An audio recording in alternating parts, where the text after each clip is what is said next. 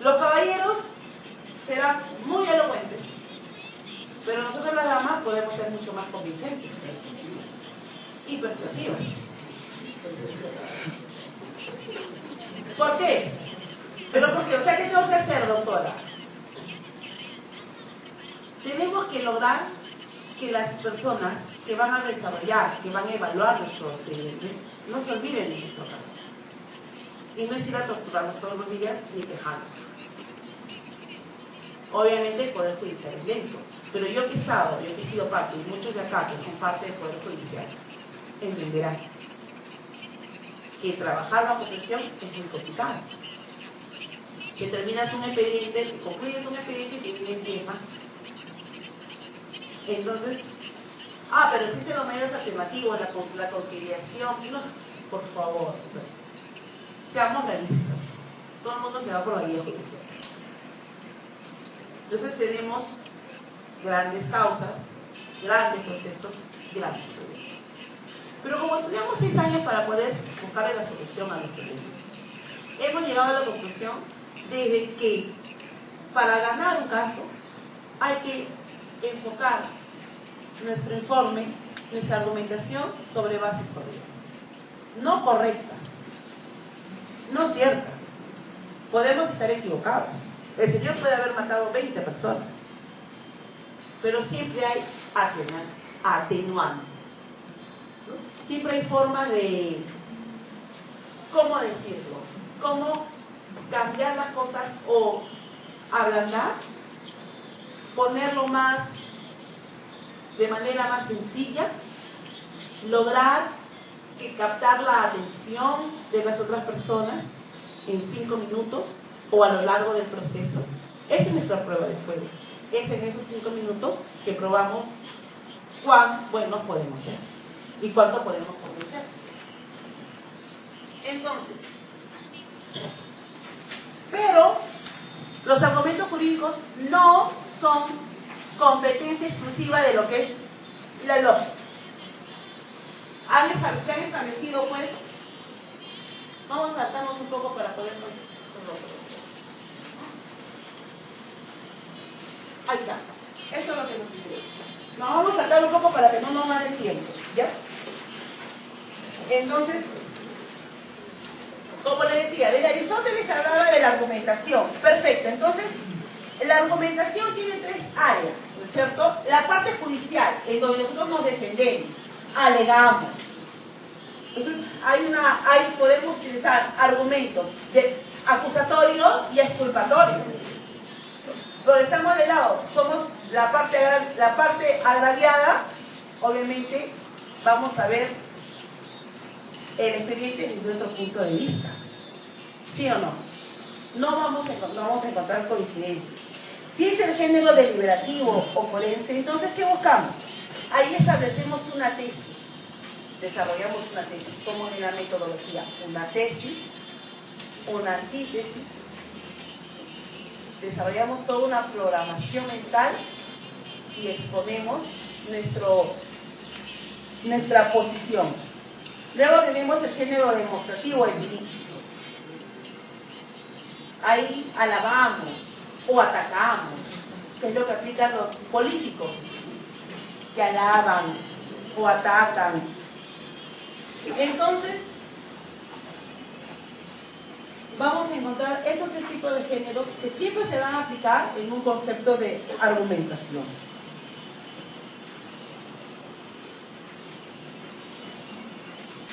El género judicial, que es el que nos importa esta tarde, se centra, pues, dicen, en acontecimientos pasados, en hechos que han pasado, en hechos que son parte del pasado, en donde se analizan en la actualidad y podemos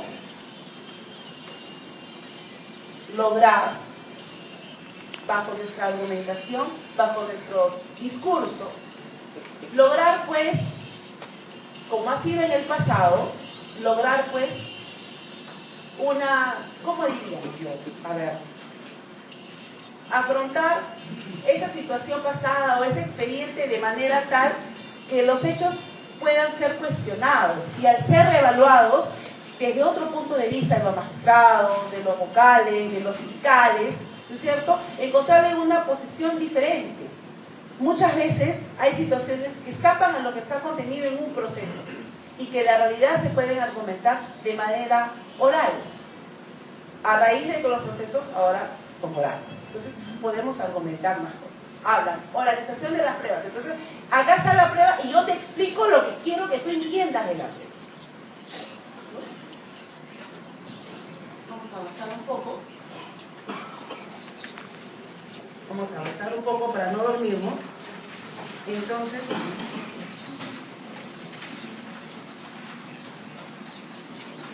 a ver, los géneros, eso lo tienen en su PowerPoint. Quiero avanzar a la parte de contexto.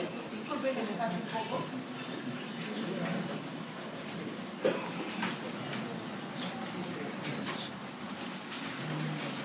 Ya. Encontramos al contexto, ¿cierto? Las aclaraciones terminológicas. ¿Llegaron ahí? ¿Sí?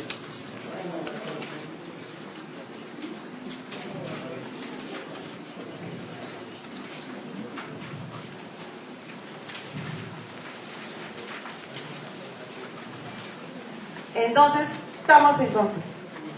Dice, argumentación implica un método jurídico, ¿cierto? ¿Qué quiere decir argumentación? Argumentación es el proceso que nos va a llevar a ¿qué? A llegar a una decisión. Eso implica un razonamiento jurídico. El razonamiento jurídico es lo que decíamos, implica lógica. Y la lógica es la que nos va a llevar a resolver problemas. Entonces vamos a plantear diferentes problemas en un proceso. Tenemos los problemas teóricos y los problemas prácticos.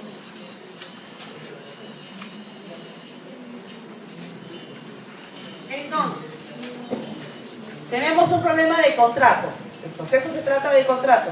La decisión teórica implica el diferenciar claramente acto jurídico de negocio jurídico. Entonces desarrollamos toda una tesis para poder explicar. Nos volvemos especialistas de derecho civil y explicamos a los magistrados. No insultamos inteligencia, simplemente vamos al concepto, establecemos claramente la diferencia, porque la materia, nuestra argumentación está basada en la definición de un problema teórico.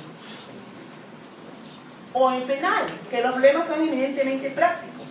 ¿Qué norma tiene que aplicarse? ¿Qué conducta, qué artículo del Código Penal se aplica a la conducta de mi patrocinado? O desentrañar la pregunta, ¿quién es el asesino? Sabiendo quién es el asesino, podemos desarrollar el por qué lo mató. Entonces empezamos a desarrollar toda una teoría a lo largo del proceso. Desentrañar ese gran problema. Y desarrollamos un concepto lógico. Estaba cerca, le debía, había odio. La consecuencia de una persona que odia, ¿cuál es? Premisa, es una persona que odia. Las personas que odian son personas intransigentes. Las personas intransigentes son violentas. Las personas violentas, por lo tanto, pueden matar. Entonces, esa es la lógica que se da cuando hay un asesinato. ¿O no?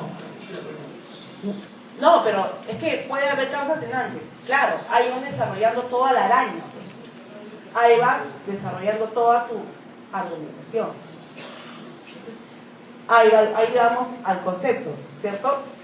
Técnicas claras y específicas para desarrollar nuestro caso. Entonces, la argumentación desde la época, desde la universidad, habla de ¿qué? De dos conceptos. ¿Se acuerdan cuando hablaban de hermenéutica jurídica en la universidad? ¿No? Clases aburridas, como ahora, dan sueño, ¿sí o no? Mi voz nos arrulla, ¿no es cierto? Pero se ven lindos durmiendo desde acá. Entonces, diríamos, la próxima clase todos van a escuchar de qué. Ahora, el que se duerme parado es un milagro. Es una proeza de la física, ¿no? Entonces, la verdad, la primera clase sí, Vamos a desarrollar conceptos. Entonces, a ver, ¿qué implica la interpretación jurídica? ¿Qué se tiene por hermenéutica jurídica? Metodología jurídica, lógica jurídica. ¿Para qué sirve eso? ¿Cómo se pone? ¿Qué implica la interpretación? ¿Qué implica interpretar?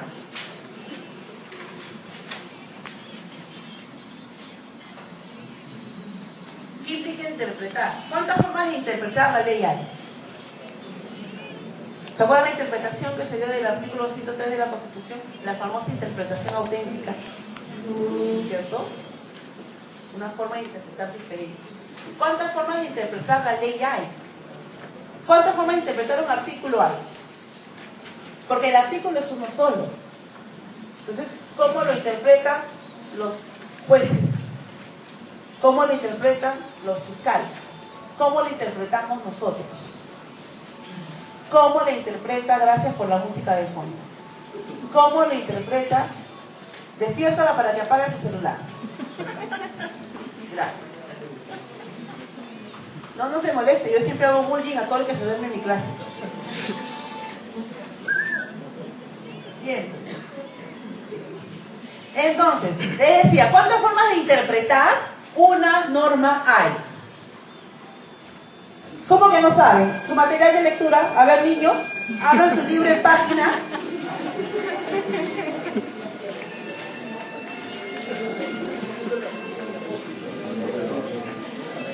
Página 6, por favor, niños.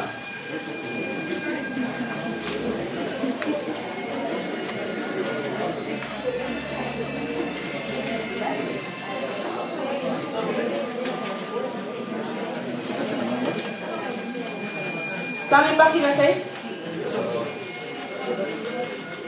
Perfecto. ¿Cuántas formas de interpretar hay?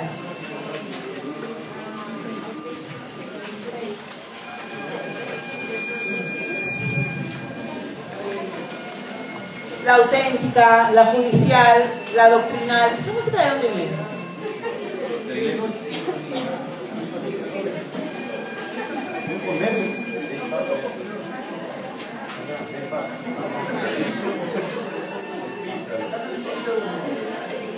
¿Qué podemos hacer?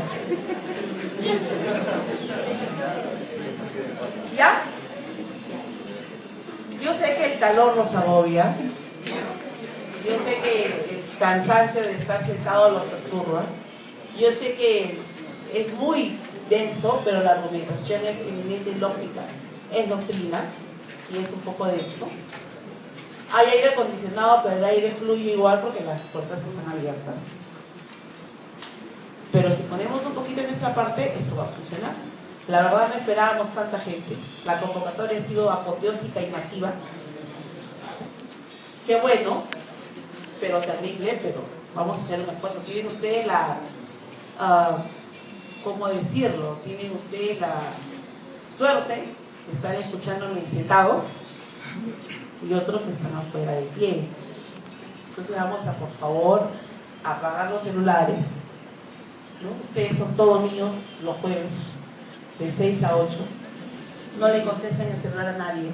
Díganle a su esposo o esposa que la profesora es muy celosa porque interrumpe la clase. ¿Ok? Entonces, y el material de lectura es para trabajar. Entonces tenemos varios tipos de interpretación.